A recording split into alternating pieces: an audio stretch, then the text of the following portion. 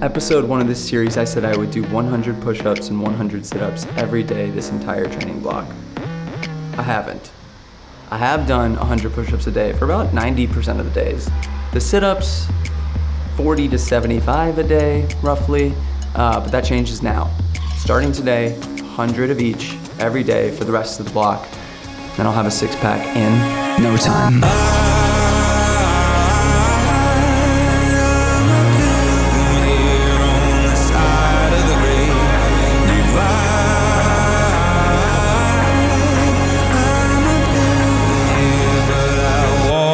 You for a while.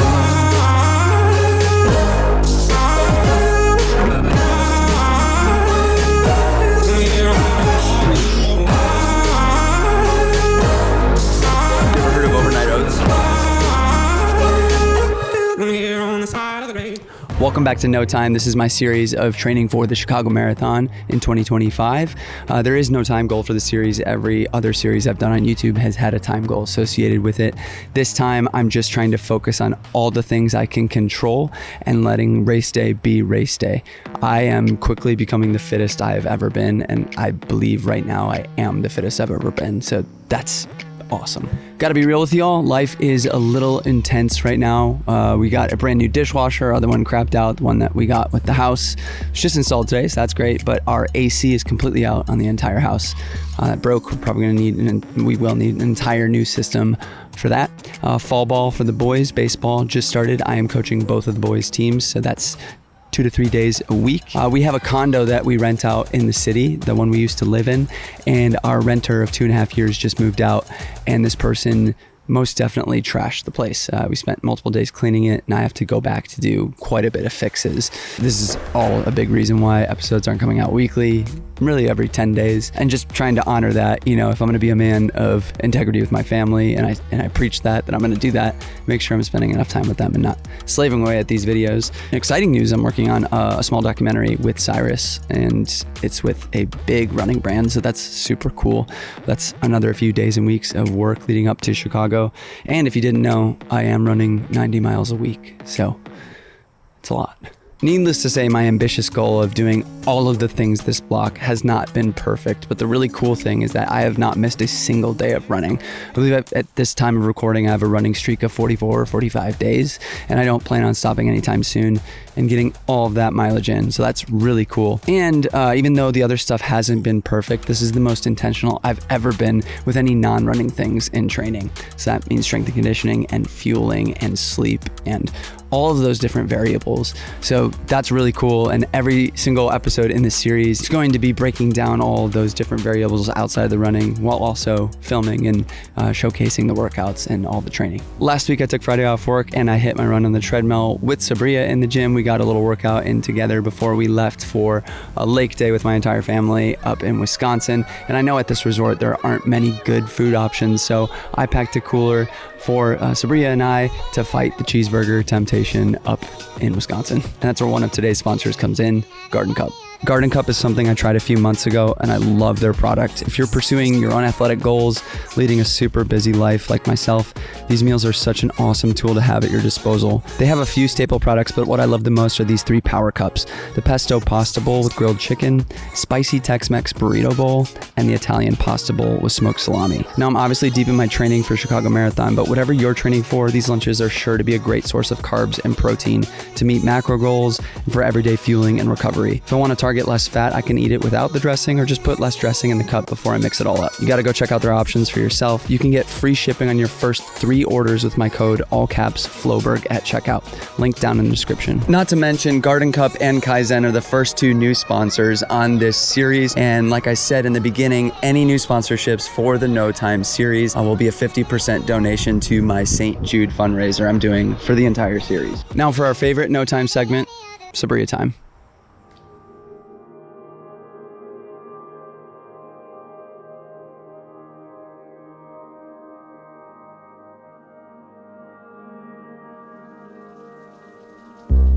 Yet another sleepless night.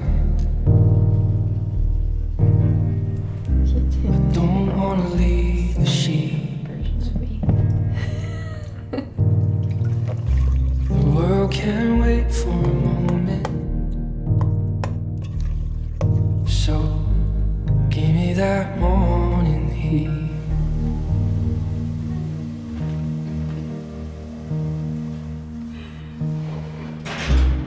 dreams ain't taking me nowhere. That fear won't leave you be. Do you love my new abs? Yes, they're great. Wait, really? I can tell you look different. Whoa. We've always said that you don't really care about that. Not really.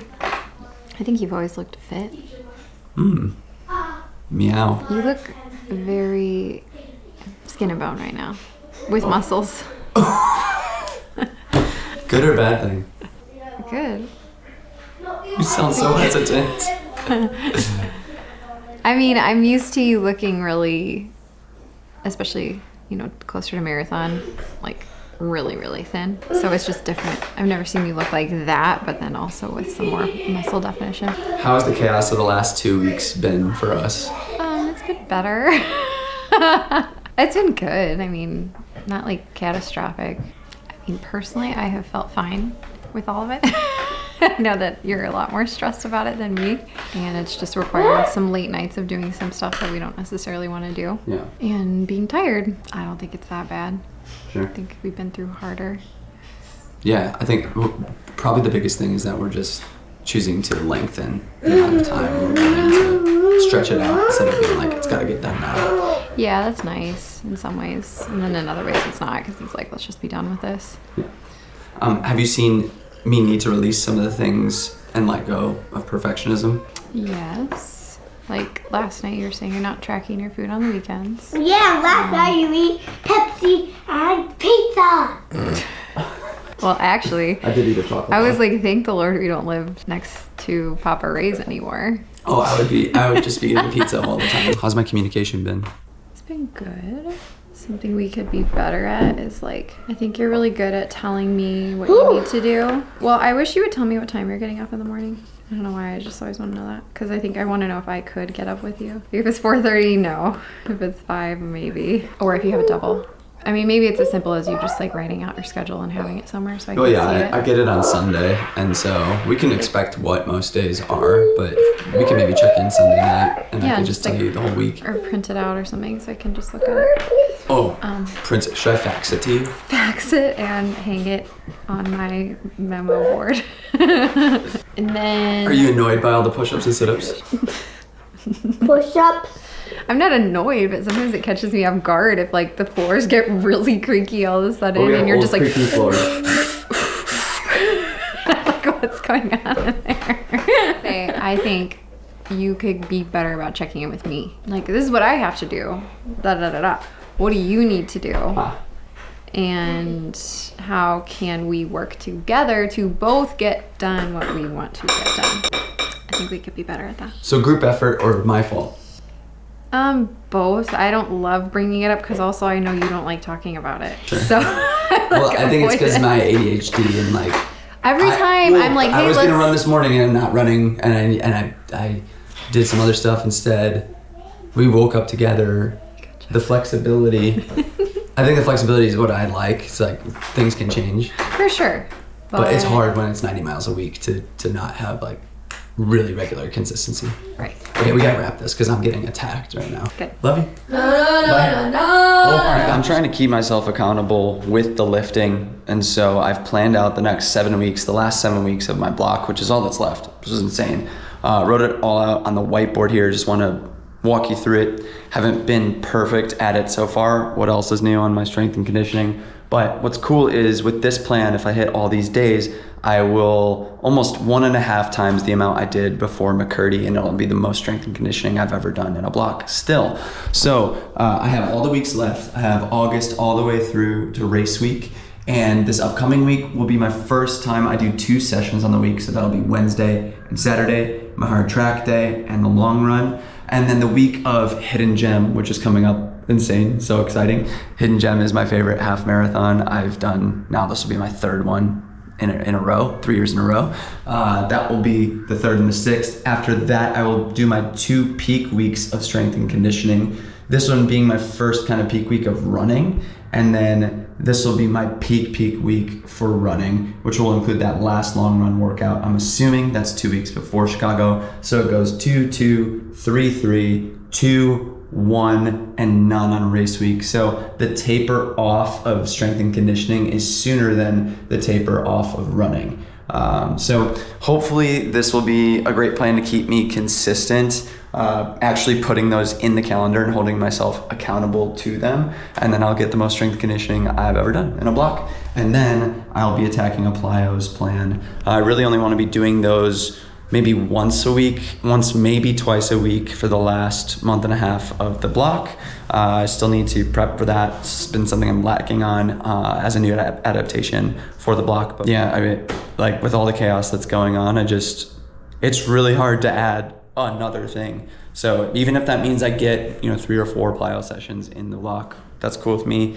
A lot of these things I'm starting to realize are me starting to initiate these new variables for the future so I can become acclimated and fluent in them to feel more confident to do them regularly moving forward. And that's okay. Most running books say you only need to be doing strength exercises like 2 to 3 times a week, 2 to 3 sessions per week.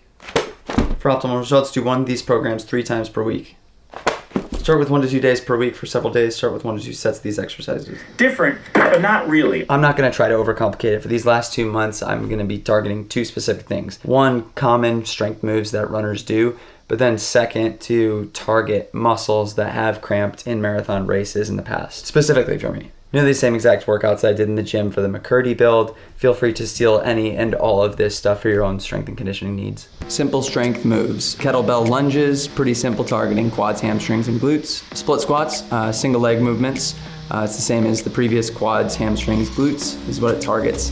And Romanian deadlifts, which targets specifically hamstrings, glutes, and your lower back. I've heard plenty of anecdotes of runners struggling with lower back cramping in marathon, so definitely want to bulletproof that as well. I want to be strengthening my weaknesses. In Chicago 2023, it was the first time I had ever experienced any pain in my adductors while running. They started to cramp, and that's your groin. And that was very strange to me, and then from that point on, they continued to kind of be a problem, whether it was within races where I would feel them sort of grab or almost cramp, but a lot in training, especially when I'm not running, just walking around the house, walking and feeling like I have to limp a little bit to loosen them up so they're not like stiff and painful. And the solve for the adductors is these Copenhagen plank holds, where you get on the bench and you lift the leg and go horizontal to strengthen those groin muscles. Calves were another issue I experienced in Chicago last year in 2024 when I rounded the corner onto Michigan, mile 23. Both calves started to completely lock up. So this past spring in the gym, single leg calf raises, no weight, just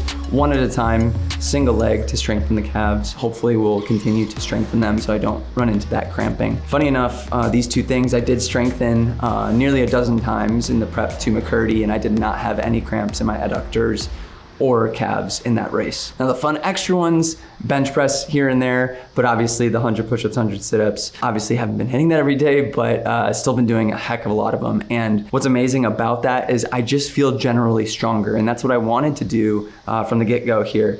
I don't necessarily think that push-ups and sit-ups is gonna help me in marathon performance or in my running really, but it makes me feel stronger in the day-to-day, like when I'm lugging the kids up the stairs for bedtime.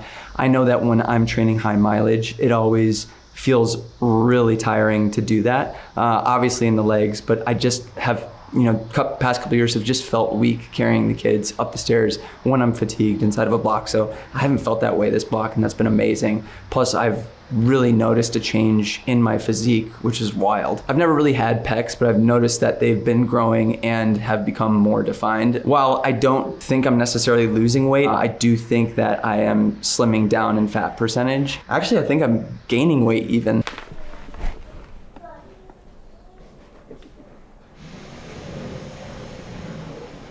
I'm more interested in balancing all these things and not necessarily losing weight for the sake of losing weight to get to a race weight. I'll still be intentional with it to try to not overeat and still fuel correctly. But I'm guessing I'll probably get around 158 for race weight this year. But even with a carb load, that might add a couple pounds and I might just be back around the 160. Again, I'm not really gonna care all that much. Let's remember, this channel is not about lifting, strength and conditioning. It's about running. So we're gonna rewind the clock, go back to the track this morning where I suffered a brutal Jeff Cunningham Wednesday workout. But before we do that, we gotta hit tree time. All right, I'm leaving a foot on the ladder today because I have to have 2 hands available to read my notes, and I didn't bring my microphone home, so this GoPro is my microphone today. As always in tree time, I do 2 different things, talk about my training load and how I've been training over the past week and a half, 2 weeks, as well as my St. Jude fundraiser for the No Time series. There are 3 ways that donations happen for the St. Jude fundraiser in this series. As I mentioned earlier, all new sponsorships, I'll be giving 50% of those to the fundraiser. You all can give as much as you would like, as generous as you would like to be, and it's been insane to see the generosity so far. And then finally, for every new subscriber, 1 subscriber, I donate 50 cents out of my own pocket into the fundraiser as well. So last episode we were at 61,288 subscribers, and this one we're at 61,907, which is an addition of 619 new subscribers, and that'll be $309.50 out of my own pocket. But before I get to the rest of the numbers, I want to share this story from my new friend Christopher. Christopher reached out to me over email and let me know that his daughter Alessa in 2017 was diagnosed with Ewing sarcoma, which is a form of cancer, before she turned the age of 1. They spent all of 2017 in the hospital in remission and getting rid of all that cancer. It's now a joy to hear that Alessa is a happy, healthy 9-year-old who loves reading, swimming, and new this year, running. He also let me know that his best friend who helped him with that whole process with Alessa has a daughter that was diagnosed with brain cancer, and she received life-saving treatment from St. Jude. In this email, Chris went on to say that no child should have to go through what kids diagnosed with cancer have to go through, and it's so many more kids than most people realize. And it's so much more awful than most people realize. He then said, "Thank you for making the decision to raise awareness and raise money. I know so many parents of kids who've been diagnosed and so many kids that are survivors who turn to running to help them heal. Thank you for lifting us up and them up. I'm so happy that your kids are doing well, and please continue doing what you're doing. I don't say this to prop myself up. I say this to commend all you who have been so generous so far in this campaign, in this fundraiser. It's blowing my mind because last episode we had just north of 4,200 in donations, and this episode we have over 10,000, and it just keeps coming. It's really exciting. There's new sponsors coming on. I'm seeing people just come out of nowhere and donate huge amounts of money. We're at $10,189 right now. There's no end in sight. It's looking like it might double again by next episode, which is absurd.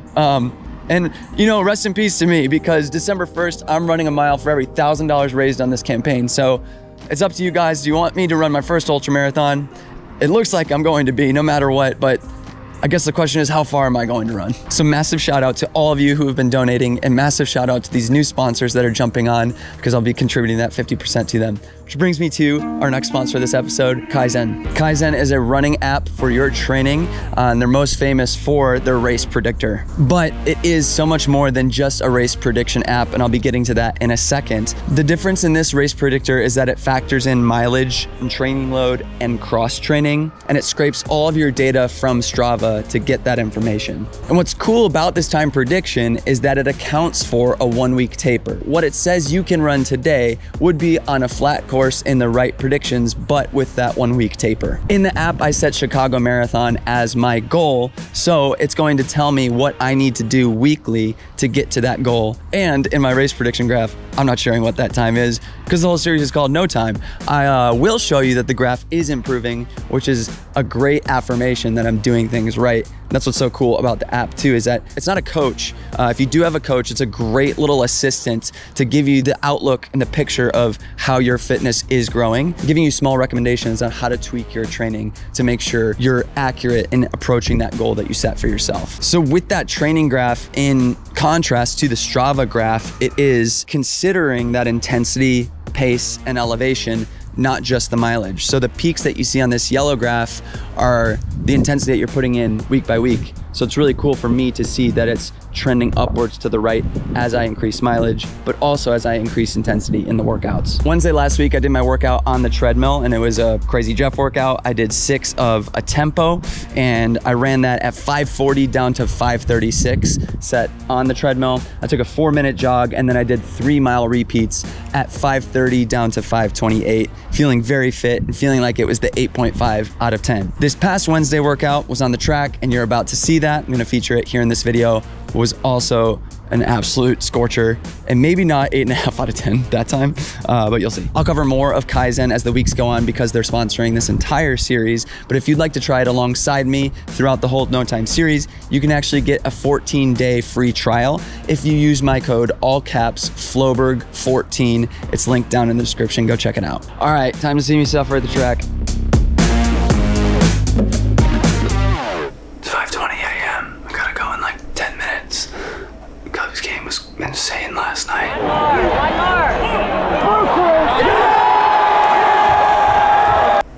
Got 5.5 hours of sleep. Still ready to rock.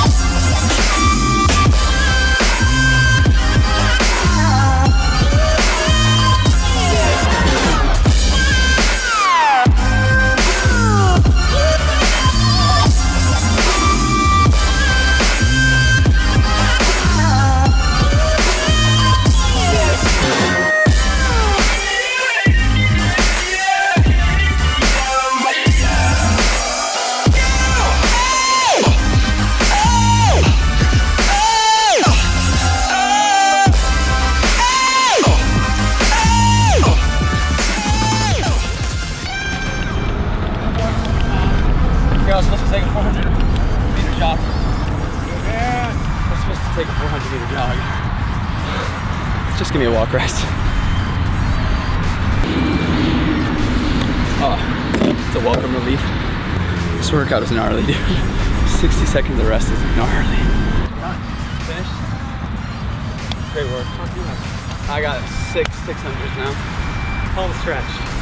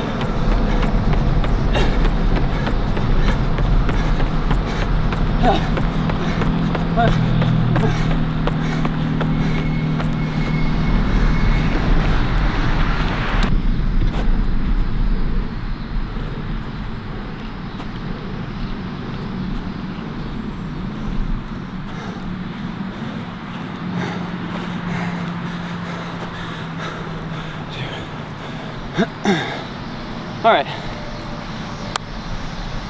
That was a huge mental win. Maybe not the fastest last 6, but huge mental win.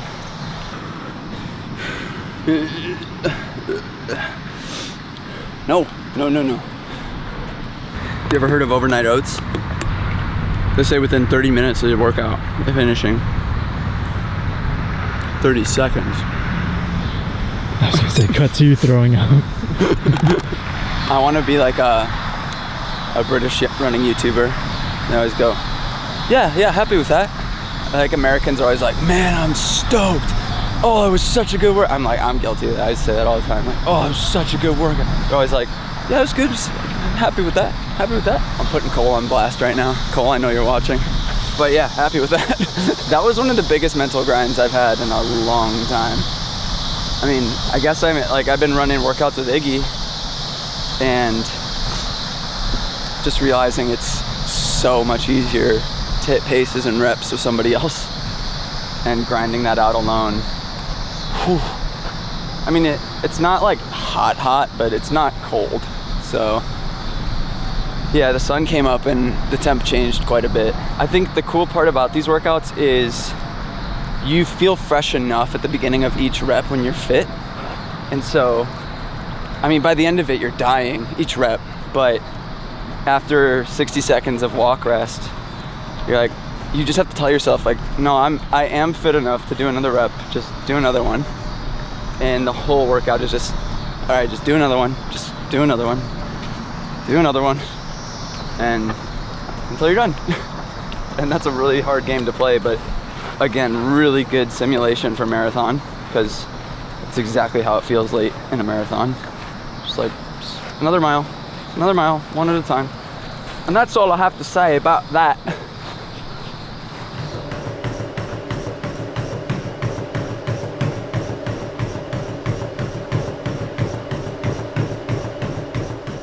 Everybody talks about in marathon training, you should be in the gym, and I fully agree, but I think 2 primary things are why people need to get in the gym. The first is probably the most obvious, and why so many people do it, is for injury prevention.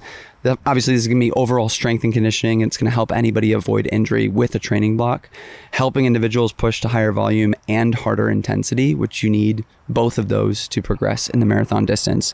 And this is usually a must for any runners who have historically dealt with marathon block ending injuries. So getting in the gym is an absolute must for these people. And then the secondary option or secondary reason is more so the camp that I fall into. I guess I'm built in a way that avoids injury during marathon training, since the only significant thing I've ever dealt with was posterior tibial tendonitis in 2021, and I still deal with it from time to time.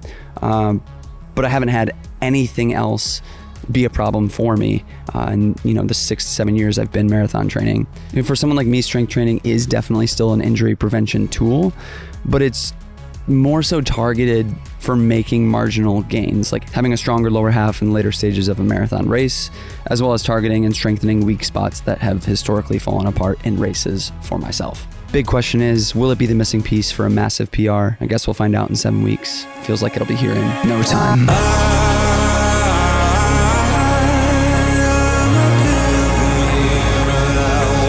With you